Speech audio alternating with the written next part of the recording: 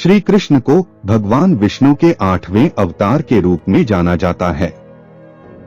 श्री कृष्ण ने देवकी और वसुदेव के घर में जन्म लिया था, लेकिन उनका लालन पालन यशोदा और नंद ने किया था।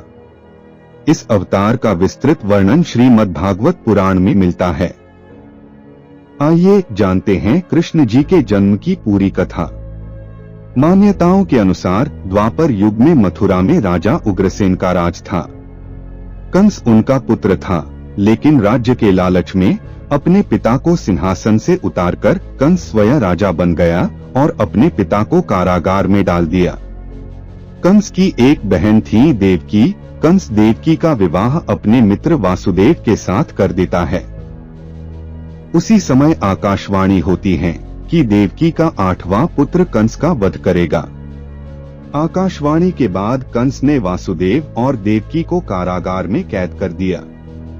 कंस देवकी और वासुदेव की 7 संतानों को मार चुका था। जब 8वां बच्चा होने वाला था, उसी समय वासुदेव और देवकी के सामने भगवान श्री विष्णु प्रकट हुए और उन्होंने कहा कि वे देवकी के गर्भ में 8वें पुत्र के रूप में जन्म लेंगे। वे उन्हें नंद के यहाँ छोड़ आएं और वहाँ अभी अभी जन्मी कन्या को कंस को लाकर सौंप दें। भाद्रपद माह में कृष्ण पक्ष की अष्टमी तिथि के दिन रोहिणी नक्षत्र में भगवान श्री कृष्ण का जन्म हुआ। श्री कृष्ण के जन्म लेते ही कारागार में एक तेज प्रकाश छा गया। कारागार के सभी दरवाजे अपने आप ही खुल गए। सभी सैनिकों को गहरी नींद आ गई। वासुदेव ने भगवान विष्णु के कहे अनुसार ही किया। वह जब कंस से बचाने के लिए कृष्ण को गोकुल लेकर जा रहे थे तो अचानक से तेज बारिश होने लगी। यमुना के जल में लहरें उठने लगी। पानी का स्तर अचानक से बढ़ने लगा, लेकिन कृष्ण के चरण स्पर्श करते ही यमुना का जलस्तर कम हो गया। वहीं शेषनाग ने कृष्ण पर छाया की। वासुदेव कृष्ण को नंद के घर छोड़कर वहां से कन्या को ले आया। कंस ने जैसे ही कन्या को मारने के लिए हाथ उठाया, आकाशवाणी हुई कि कंस जिसे मारना चाहता है वो तो गोकुल पहुंच चुका है। आखिर में श्री कृष्ण ने कंस का वध कर दिया। द्वापर युग में भगवान विष्णु ने श्री कृष्ण अवतार लेकर अधर्मियों का नाश किया। श्री कृष्ण ने इस अवतार में अनेक चमत्कार किए और दुष्टों का सर्वनाश किया। महाभारत के युद्ध में अर्जुन के सारथी बने और दुनिया को गीता का ज्ञान दिया। धर्मराज युधिष्ठिर को राजा बनाकर धर्म की स्थापना की।